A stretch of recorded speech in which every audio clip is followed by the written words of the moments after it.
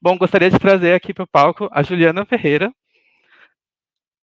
A Juliana Ferreira, ela é graduanda em Engenharia de Computação, faz ensino em Bioinformática e Aprendizado de Máquina, é conselheira global do PyLadies Elenta em 2020, integrante do PyLadies São Carlos desde 2018. Bem-vinda, Juliana. Eu gostaria também de avisar que todas as dúvidas devem ser postadas lá no canal do Discord, no chat da trilha Shirley and Jackson. E para ter acesso, basta você escrever no evento pelo Eventbrite ou no link que está na descrição do vídeo.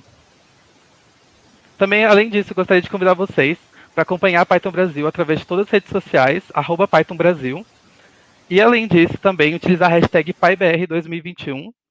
E a programação do evento também pode ser toda encontrada no site 2021.pythonbrasil.org.br e através do Discord. Bom, a Juliana vai apresentar a seguinte palestra com o seguinte nome: Machine Learning, conhecimentos que eu gostaria de ter aprendido como iniciante. Juliana, o palco é todo seu. Passo a palavra e uma boa palestra.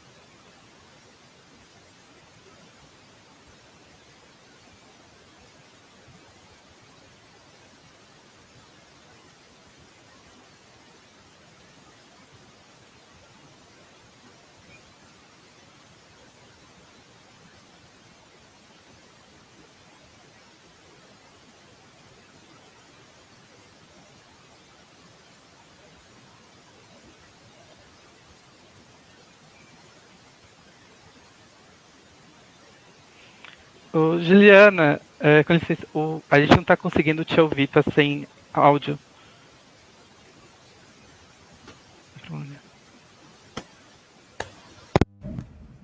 Tá dando para ouvir agora? Agora sim. Microfone. Agora sim, perfeita. Opa, então vou começar de novo. Bom, gente, começando então de novo, já que estava sem o áudio. Bom, eu sou a Juliana e hoje eu vou falar sobre Machine Learning. Vou falar alguns conceitos que eu gostaria de ter aprendido desde o início do meu aprendizado na área. E antes eu gostaria de agradecer a Python Brasil pela oportunidade de palestrar sobre o assunto pela primeira vez. Primeiramente, eu gostaria de falar um pouquinho sobre quem sou eu.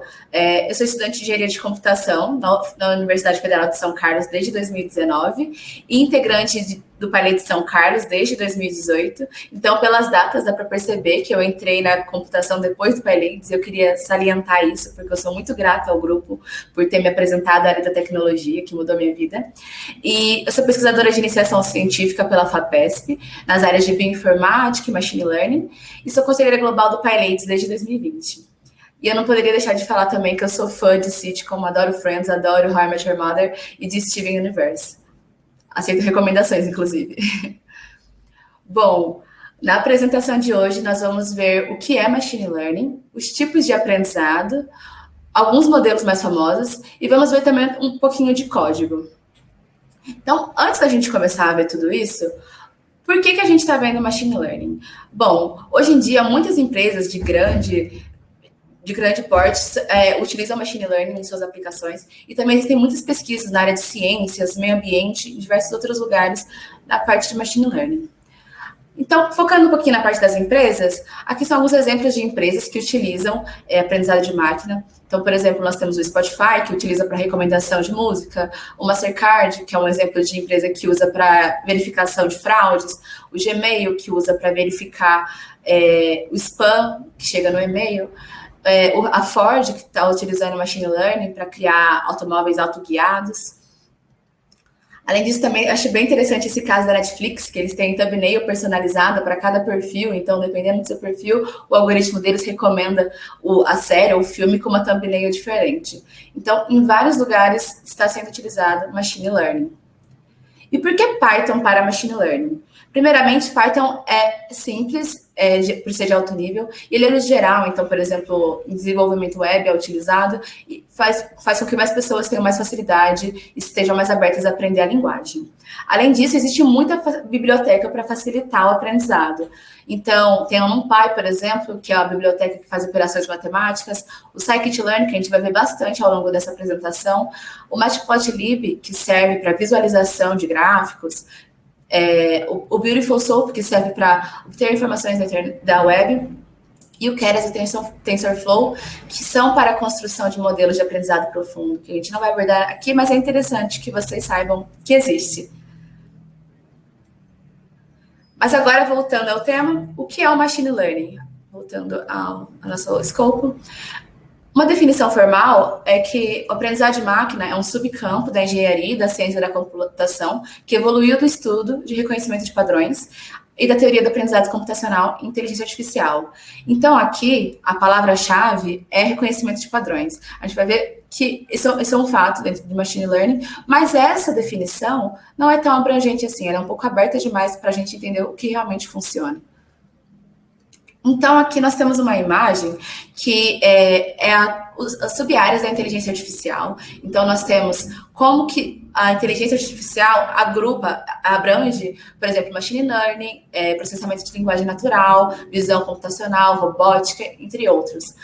Eu trouxe essa imagem para a gente ver como é abrangente a área, mas não necessariamente elas são separadas. Algumas vezes essas áreas são interconectadas e hoje nós focaremos em machine learning.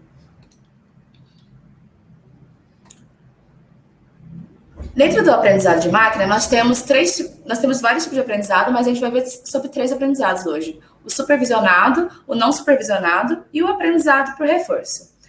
O aprendizado supervisionado é quando o seu modelo, o seu algoritmo vai tentar aprender um valor a uma classe. Então, para fins didáticos, vamos supor que nós temos uns dados de animais, que podem ser cachorro ou gato. E nesses dados a gente tem as características dos animais. Então, no aprendizado supervisionado, ele vai tentar, com essas características, classificar, identificar qual que é o gato e qual que é o cachorro. Já no aprendizado supervisionado, é como se a gente não tivesse a classe. Então, pegando esse mesmo exemplo dos animais, imagina que nós temos os animais, só que a gente não tem a classe. Nos dados, ele não fala qual tipo de animal que é. O aprendizado não supervisionado, nesse caso, vai tentar agrupar os exemplos similares. E aí, quando ele agrupa, pode ser que ele agrupe no grupo de animais, por exemplo, gato, cachorro, girafa, enfim. Ou então pode ser também que o agrupamento que o aprendizado faça seja de mamíferos, répteis, aves. Isso vai depender do tipo de agrupamento que ele vai fazer. O foco aqui é entender que esse tipo de aprendizado, ele agrupa os exemplos que são semelhantes. E também vamos falar sobre aprendizado sobre reforço, que é um pouquinho diferente. Porque nesse caso, nós temos um agente e um ambiente. O agente, ele vai tomar uma ação, e a partir dessa ação, o ambiente vai retornar uma recompensa ou uma penalidade aqui. O que acontece? Vamos pensar nesse caso que nós temos um exemplo do Pac-Man. O Pac-Man está no ambiente em que a ação dele pode ser ir para a direita, para a esquerda, para cima, para baixo.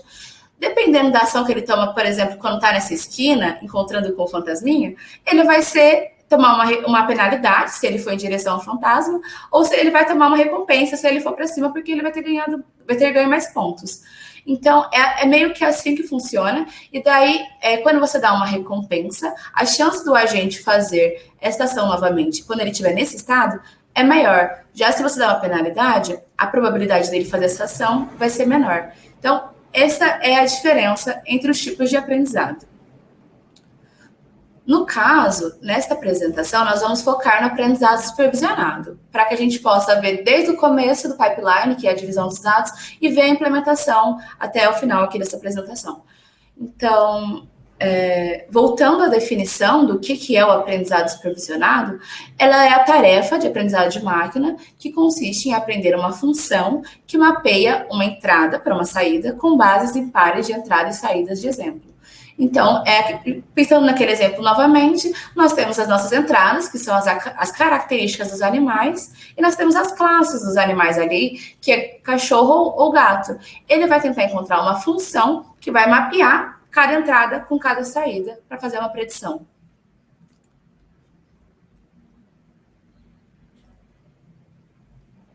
E como funciona? Para você fazer um aprendizado supervisionado, é necessário um conjunto de dados de treino, no qual você vai ter os valores de saída, como o exemplo que eu dei. A partir desse conjunto de treino, o algoritmo vai ser treinado e aprender a como predizer os resultados, como predizer, nesse nosso caso, as classes, com um certo valor de acurácia, ou seja, quanto ele acertou no tanto que ele, nas possibilidades que ele tinha.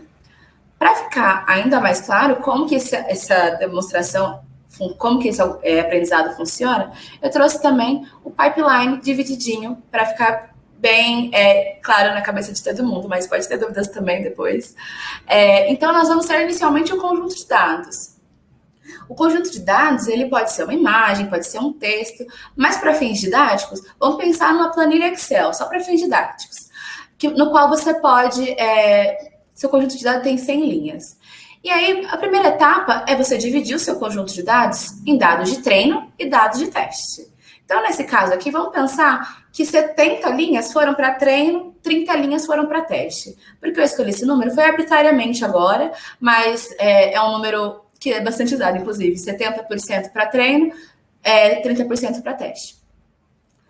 A partir daqui, os dados de treino vão para a parte de modelagem, que também vai ser visto muitas vezes em outros materiais de estudo, como treino ou fit. Nessa parte aqui, o algoritmo vai tentar encontrar aquela função que mapeia os dados de entrada com a saída. É aqui que ele faz aquele processo de encontrar essa função. Em seguida, quando a gente já tiver feito o treino, a gente precisa saber quão bom ele está. Porque o modelo foi treinado, só que quão bom ele está. Nós descobrimos isso fazendo a predição dos dados de teste. Como que funciona? Esses dados de teste não foram vistos, entre aspas, pelo treino. O treino só esteve em contato com os dados de treino. Então, a predição vai tentar fazer o quê? Usar o algoritmo treinado, o modelo, para fazer a predição dos dados de teste. E aí, por fim, é avaliado o quão boa foi essa predição, porque nós temos os dados reais.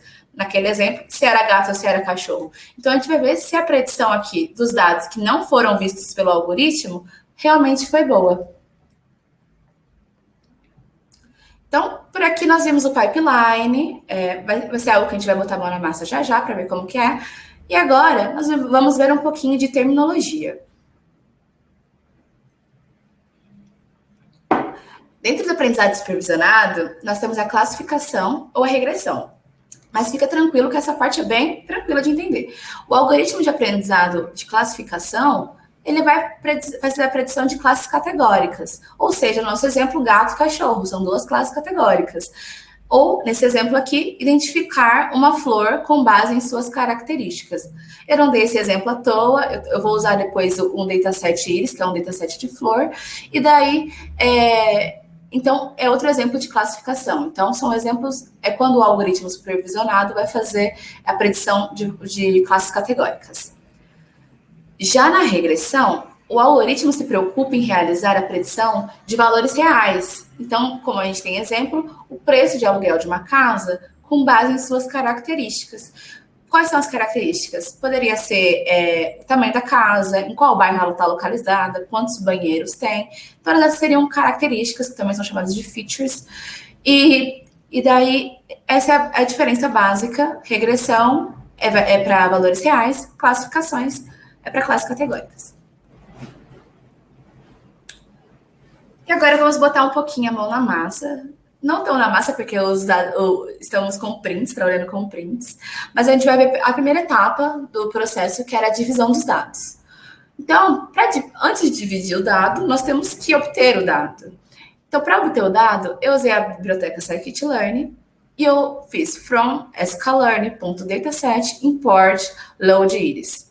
Esse método, ele possibilita a gente usar esse dataset iris, que eu escolhi usar ele ao invés de criar um dataset e utilizar para que fosse mais fácil. Quem quisesse replicar em casa, é só rodar os mesmos comandos e você vai ter o mesmo dataset aí no seu computador. E aí, como que esse dataset funciona? Ele tem 150 amostras, e nós temos a largura e o comprimento de sépala, e a largura e o comprimento de pétala.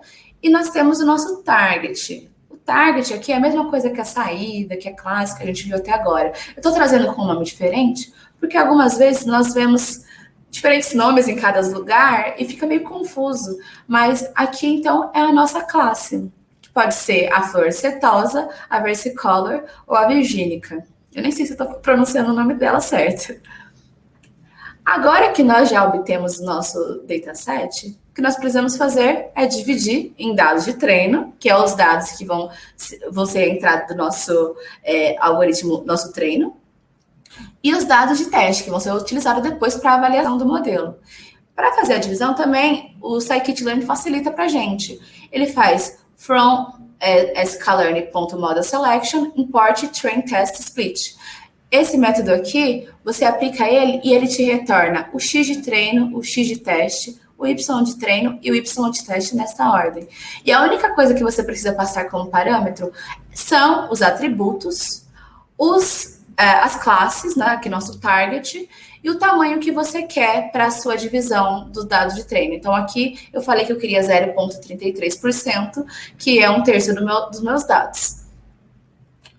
Então, nós temos aqui nossos atributos, só para ficar bem exemplificado, os nossos atributos são o nosso X. Então, aqui, todos esses 150 foram divididos em X de treino e X de teste. E todos os 150 classificações que nós tínhamos também foram divididos em Y de treino e Y de teste. E aqui nós podemos ver que o conjunto de treinamento, então, ficou com 2/3, 100 amostras, e o conjunto de teste com 50 amostras.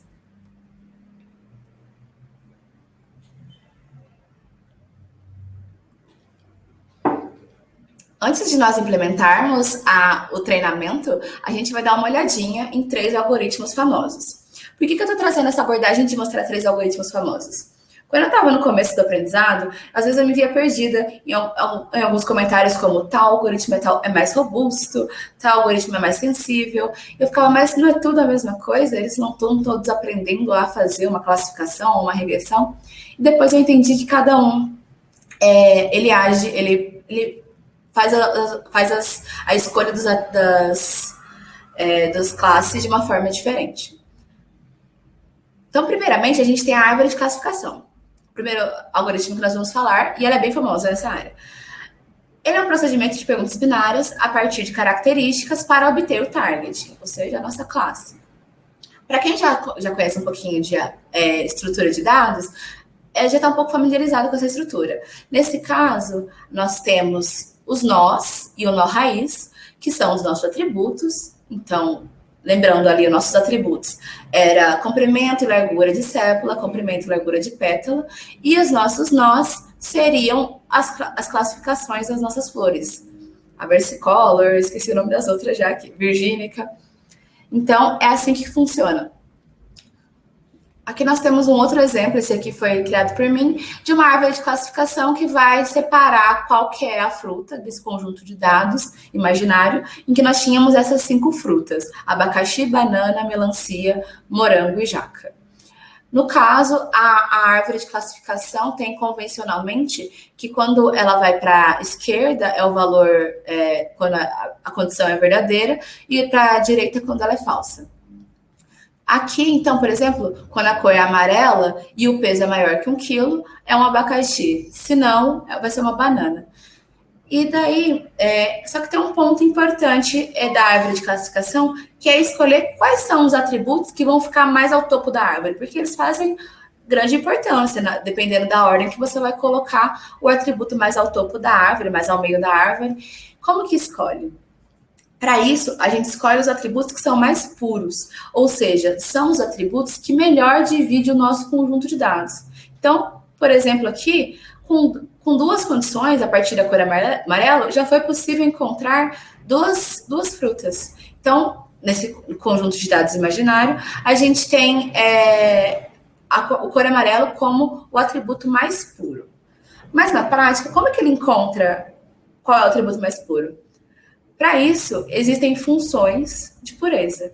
Então, tem, por exemplo, o Gene Impurity e a entropia, que são funções que encontram quais são os atributos mais puros e vão posicionando ele na árvore e fazendo a divisão dos nossos dados até que nós tenhamos as nossas classes. Além desse, agora a gente vai para o segundo algoritmo, nós temos o Support Vector Machine. Ele já trabalha de outra forma. O Support Vector Machine, ele busca encontrar um hiperplano que melhor separa seus targets. Então, aqui nós temos um gráfico unidimensional que tem as horas de estudo e tem se for azul, o aluno passou, se for rosa, o aluno não passou. Então, nesse caso, um exemplo bem simplesinho, né? Porque não funciona bem assim na vida real. Onde que a gente poderia dividir os nossos dados? A gente poderia dividir aqui, aqui, aqui, em qualquer um desses lugares, entre as duas classes, poderia ser uma divisão entre os nossos dados. Só que o Support Vector Machine, ele encontra a divisão em que tenha maior espaço entre as duas classes. No caso, esse espaço é chamado de margem. Então, é assim que se encontra onde esse vetor classificador vai ficar. Agora a gente tem um exemplo em 2 dimensões. Nós temos aqui os pontos rosas e os pontos roxos delimitados por esse vetor. Só que, olha, essa margem ficou muito pequena. Dá para ver aqui, se a gente fizesse essa divisão, as margens ficariam bem maiores. E é isso que o atributo, o que o Support Vector Machine faz depois. Ele divide o espaço através desse outro vetor. Agora aqui, um spoiler, não é do escopo desse material, mas ele fez primeiramente essa divisão, porque aqui estava fora da escala desse daqui. Então, desse atributo. Então, aqui estava 0, 20, 40, 60, 80, e o outro estava indo de 1 em 1. Por isso que ele achou que essa divisão era melhor antes. Depois de estar escalado, os dois estarem na mesma escala, ele conseguiu encontrar uma divisão melhor dos dados e que ia favorecer uma margem maior. Então, essa parte aqui é um pouquinho mais à frente, mas assim, curiosidade, se você quiser entender por que, primeiramente, ele fez uma margem tão pequenininha. E agora a gente vai ver a parte mais interessante do Support Vector Machine. Quando nós temos um espaço de 2 dimensões, por exemplo, em que as classes azul e rosa não são divisíveis, elas estão muito embaralhadas, como você vai traçar um vetor? Não dá para traçar um vetor. Então, o que o Support Vector Machine faz? Ele aplica uma função que vai aumentar o tamanho da dimensão do nosso espaço. Por exemplo, aqui estava em 2 dimensões e foi para a 3ª dimensão. E aí ele conseguiu dividir o conjunto de dados na 3ª dimensão entre as classes azul e rosa.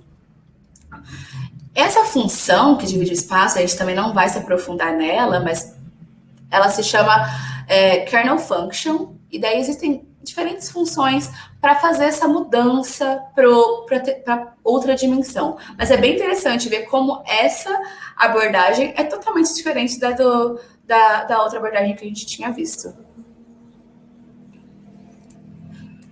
E por último, nós vamos ver a regressão linear.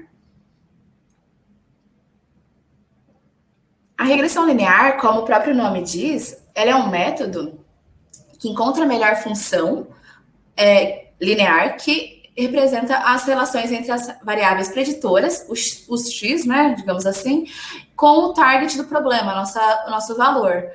E aí, nesse caso, então, nós temos disposto aqui vários pontos e o nosso x e o nosso y. No caso, o y é a nossa variável, que é o target que nós queremos encontrar. E ele encontra a reta. Então, essa reta é a reta, no caso, que melhor descreveria esses pontos. E aí, como no próprio nome disse, regressão, ele vai encontrar valores reais. Então, dado qualquer x, ele vai tentar falar qual que é o y. Tá, mas aí como que ele encontra qual que é a melhor reta? Ele vai pegar, suponha que você só joga uma reta ali em qualquer ângulo, aqui para cá, ele vai pegar e vai tentar encontrar a distância entre todos os pontos que a soma deles seja menor. Então, ele vai pegar essa distância entre o ponto e a reta e vai somar com a próxima até a última. né? Ele soma todas as distâncias, que a gente chama de erro ou resíduo, e daí ele vai encontrar o ângulo da reta, a posição da reta, em que essa soma seja a menor possível. O que é descrito por essa figura aqui, por essa equação aqui, que é o residual sum square, que é a soma desses. Ele encontra o menor residual sum square para encontrar essa reta. No caso, tem essa função aqui que é o jeito mais sofisticado de ver essa equação. Bom, então até aqui nós temos 3 algoritmos que trabalham de formas diferentes. Então, por isso que em alguns casos aparece tal algoritmo, ele é mais robusto ou ele é mais sensível a algumas coisas. Por exemplo, aqui no nosso suporte vector machine, ele foi sensível à escala. Então, dependendo da forma como o algoritmo trabalha, ele vai ser sensível ou mais robusto a algumas situações. E agora, voltando ao nosso botando a mão na massa, a gente tinha parado na divisão dos nossos dados. No X de treino, Y de treino, X de teste e Y de teste. Agora nós vamos aplicar o treino e o teste. A gente viu tudo isso, mas na hora de aplicar é bem simples. Então aqui eu estou usando o scikit-learn novamente, from sklearn.tree import decision tree classifier. Então a gente vai usar aquele primeiro algoritmo que nós vimos de árvore de classificação. E a primeira coisa que se faz é criar aqui o nosso objeto de árvore de classificação. Então, nós temos a variável, eu coloquei o classifier, igual a decision tree classifier, usando o critério de entropia. Entropia é aquela função que eu tinha falado para encontrar qual atributo é mais puro para ficar mais acima da árvore. Depois que a gente fez o objeto classifier, a gente vai fazer o treino. Lembra? Depois da divisão, tem o treino. Então, aqui é o classifier.fit. Eu passo apenas como parâmetros o x de treino e o y de treino, porque é nesse momento que ele vai tentar encontrar a função que mapeia a entrada com a saída.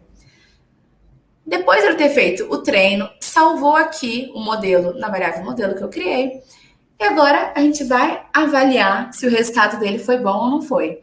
Então aqui a gente faz um model.predict, e como eu falei, a gente vai passar só o x de teste. E a gente vai salvar a predição desse modelo dentro da variável aqui que eu coloquei como pred. Esse foi o resultado que nós obtivemos. E daí, tendo esse resultado, o que a gente pode falar? Ok, ele fez as predições. Aqui está como 1, 0, 2, mas essas são as classes lá que nós tínhamos, a vircínica, enfim, as outras 3 flores. E aqui, então, como é que nós sabemos se o nosso modelo foi bom ou não foi? Nós vamos aplicar uma métrica para ver quão bom ele foi. Então, aqui nós temos o from sklearn.metrics import accuracy score. Existem outras métricas, como precisão, revocução, mas aqui nós vamos ver só o acurácia, porque a gente só quer ter uma ideia de como que funciona. A acurácia é quanto você acertou em cima de todas as possibilidades. Então, dava para implementar isso na mão. Só que o scikit-learn é bonzinho e deixa boa parte das coisas pronto para a gente. E aí você só precisa fazer o quê? Passar como parâmetro o y de teste. O y de teste, só para lembrar, foi aquele que a gente dividiu lá no começo. Então, ele é o y real dos nossos dados que estavam guardadinhos lá, que o nosso modelo não tinha visto. E o predito, que foi os y que o nosso modelo fez a predição. E aí, nós passamos isso para o método accuracy score e ele nos retorna qual foi a acurácia do nosso modelo, que no nosso caso foi de 98%. Então, ele acertou 98% aqui da predição dele.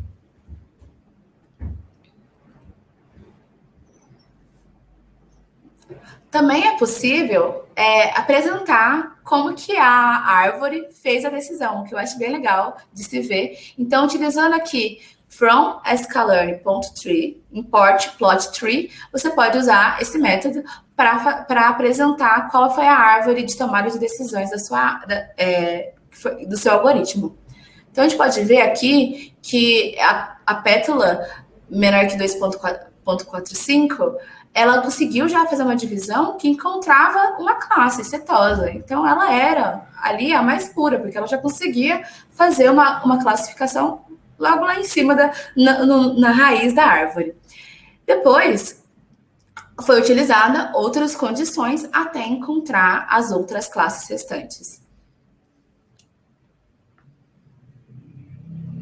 Então, foi isso. Nós vimos todo o pipeline, desde divisão até aplicação do treinamento do algoritmo, a predição para ver se o modelo está bom, e a gente viu a acurácia, que foi uma forma de testar se o nosso modelo aprendeu ou não aprendeu. Mas eu tenho algumas dicas para dar para quem está começando a aprender sobre machine learning. A primeira é pratique. É muito. Agora, explicando assim, o pipeline, pode parecer muita coisa, mas se você percebeu, deu muitas poucas linhas de código. Então, é algo que, se for praticado, fica muito fácil de ser implementado. Estudar o algoritmo já não é algo tão fácil, mas é algo que é interessante, porque, por exemplo, com a árvore, você consegue entender quais foram as tomadas de decisão para que tenha feito aquela classificação ou tal regressão.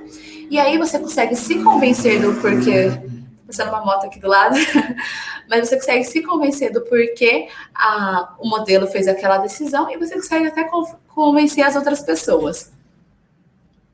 Analise os seus resultados e dados. Então, é preciso dar uma analisada nos seus dados. Inclusive, eu não foquei na parte de visualização de dados, mas é muito importante para você entender como seus dados estão distribuídos, se tem viés, e analisar os resultados, porque, por exemplo, se você teve uma acurácia muito grande, como foi o caso, a gente poderia ver, a gente precisa analisar se os dados não estão tão focados no nosso conjunto de dados, que se a gente colocasse uma nova amostra, ele não faria uma predição boa, porque ele está, o que a gente chama de overfitting, ele está treinado especificamente para aquele conjunto de dados que a gente tem.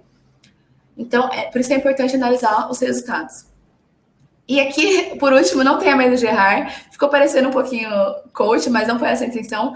É mais no sentido de, quando a gente vai estudando os algoritmos e aplicando na prática, a gente tem que tomar decisões de parâmetros e muitas vezes parece confuso. Mas é melhor fazer e depois entender o que está fazendo do que nunca fazer. Então, escolha, converse com as pessoas para ver se você está fazendo uma boa escolha de parâmetros, pesquise, procure outras pessoas que fizeram isso e vai testando até você entender como aquele algoritmo funciona e como os parâmetros dele funcionam. E é isso, muito obrigada.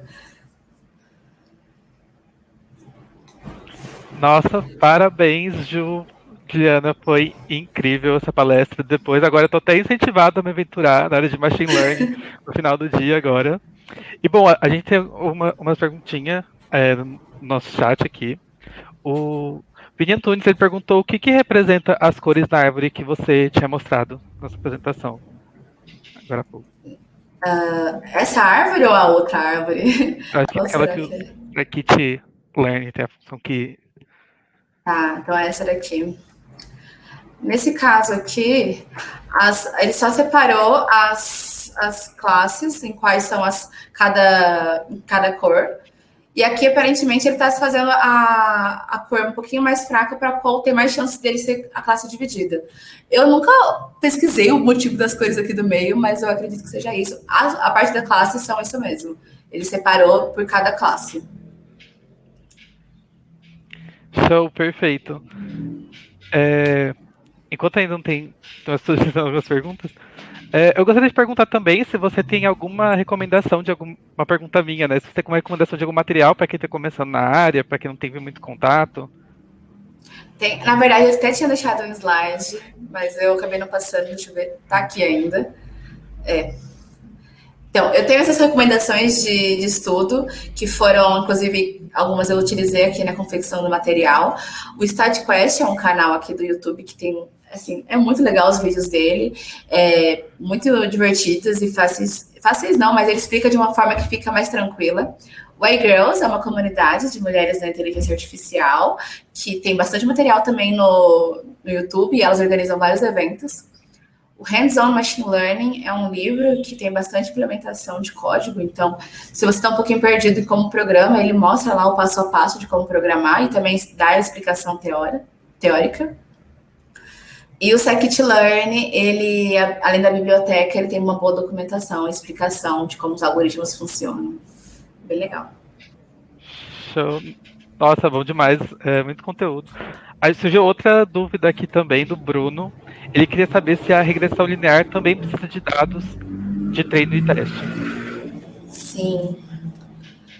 No caso, seria